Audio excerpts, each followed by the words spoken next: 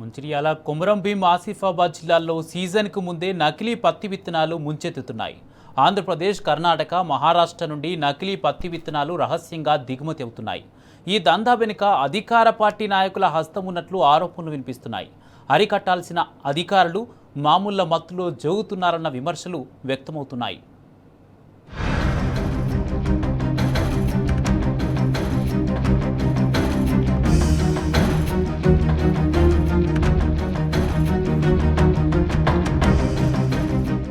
మంచిర్యాల, కొమరం భీం ఆసిఫాబాద్ జిల్లాలలో నకిలీ పత్తి విత్తనాల దందా యథేచ్ఛగా కొనసాగుతుంది. ఎప్పట్లాగే ఈ ఏడాది కూడా సీజన్కు ముందే పల్లెలకు నకిలీ విత్తనాలు చేరుతున్నట్లుగా తెలుస్తుండగా ఇటీవల పలుచోట్ల నకిలీ పత్తి విత్తనాలు పట్టుబడడం అందుకు బలం చేకూరుస్తుంది.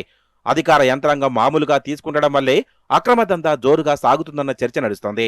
2 జిల్లాల్లో సుమారు 4 లక్షల ఎకరాల్లో పత్తి పంట సాగవుతుండగా ఇందులో సగం విస్తీర్ణంలో నిషేధిత గ్లైసిన్ పత్తి విత్తనాలను రైతులు నాటుతున్నారు.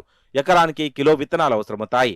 దళారులు 2,000 రూపాయలకు కిలో చొప్పున రైతులకు నకిలీ పత్తి విత్తనాలు అంటగడుతున్నారు. ఈ లెక్కన మంచిర్యాల, ఆసిఫాబాద్ జిల్లాలో ఏటా 40 కోట్లకు పైగా నకిలీ పత్తి విత్తనాల వ్యాపారం సాగుతుంది. ముఖ్యంగా భీమిని, తాండూరు, కన్నెపల్లి, బెల్లంపల్లి, కోటపల్లి, వేమనపల్లి, చెన్నూరు, కాగజనగర్ ప్రాంతాల్లో ఈ దందా అధికంగా సాగుతుంది. కొమరం భీం ఆసిఫాబాద్ జిల్లాలో ఇప్పటికే రైతులను మోసం చేయడానికి దళారులు సిద్ధమైనటువంటి పరిస్థితి కనబడతా ఉంది. ముఖ్యంగా ఈ జిల్లాలో వ్యవసాయం మీద ఆధారపడి రైతులు ఉన్నటువంటి పరిస్థితి ఉన్నది. దాన్ని ఆసరా చేసుకొని కొంతమంది దళారులు పత్తి విత్తనాలని బ్లాక్లో అమ్ముతున్న పరిస్థితి ఈ జిల్లాలో కనబడతా ఉంది. మొత్తం కూడా ఈ జిల్లా వ్యాప్తంగా ఎక్కడ చూసినా కూడా ఫర్టిలైజర్లలో బ్లాక్ విత్తనాలు అనేవి ఉన్నటువంటి పరిస్థితి ఉన్నది. ఈ బిజినెస్ అనేది చాలా కొనసాగుతూ ఉన్నది. కాబట్టి దీన్ని కట్టడి చేయాల్సిన అవసరం ఇక్కడ ఉన్న జిల్లా యంత్రాంగం పైన ఉంది. ఎవరైతే బ్లాక్ విత్తనాలు అమ్ముతున్నారో ఈ దొంగ బీటీ పైన చర్యలు తీసుకోవాలని చెప్పేసి మేము కోరుతా ఉన్నాం. ఆంధ్రప్రదేశ్, మహారాష్ట్ర, కర్ణాటక నుంచి నకిలీ విత్తనాలను అక్రమార్కులు మంచిర్యాల, ఆసిఫాబాద్ జిల్లాలకు చేరుస్తున్నారు. వానాకాలం సీజన్కు 2-3 నెలల ముందుగానే దిగుమతి చేసుకుని రహస్యంగా నిల్వ చేస్తున్నారు. ఏపీలోని గుంటూరు, కర్నూలు, ప్రకాశం, నంద్యాల నుంచి పెద్ద మొత్తంలో విత్తనాలు కర్ణాటక, మహారాష్ట్రకు వెళ్లి అక్కడ నుంచి మంచిర్యాల, ఆసిఫాబాద్ జిల్లాలకు వస్తున్నట్టు తెలుస్తోంది. ఆయా ప్రాంతాలకు చెందిన పలువురు వ్యక్తులు నకిలీ పత్తి విత్తనాలు తయారు చేసి అక్కడి నుంచి అక్రమంగా జిల్లాలోని రైతులకు విక్రయిస్తున్నారు. నకిలీ విత్తనాలను అరికట్టేందుకు ఏర్పాటు చేస్తున్న టాస్క్ ఫోర్స్ టీం సైతం ముందే ఈ దందా అక్రమార్కులతో ఒప్పందం చేసుకుని నకిలీ విత్తనాల విక్రయాన్ని లైట్ గా తీసుకుంటున్నారన్న ఆరోపణలు వినిపిస్తున్నాయి.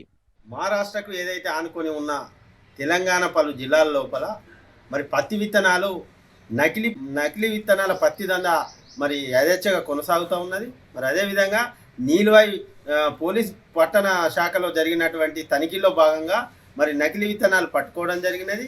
మరి కౌటూరు, బెజ్జాల ఇట్లా ఏదైతే చెన్నూరు పరివాహ ప్రాంతాలు ఉన్నాయో నది ఒడ్డు మరి మహారాష్ట్రకు ఆనుకొని ఉన్న ఈ జిల్లాలను ఆనుకొని మరి యథేచ్ఛగా నకిలీ పత్తి విత్తనాల దందా కొనసాగుతున్నది. మరి అదేవిధంగా వ్యవసాయ శాఖ అధికారుల మీద ఉన్న సందర్భంగా నేను తెలియజేస్తా ఉన్నాను.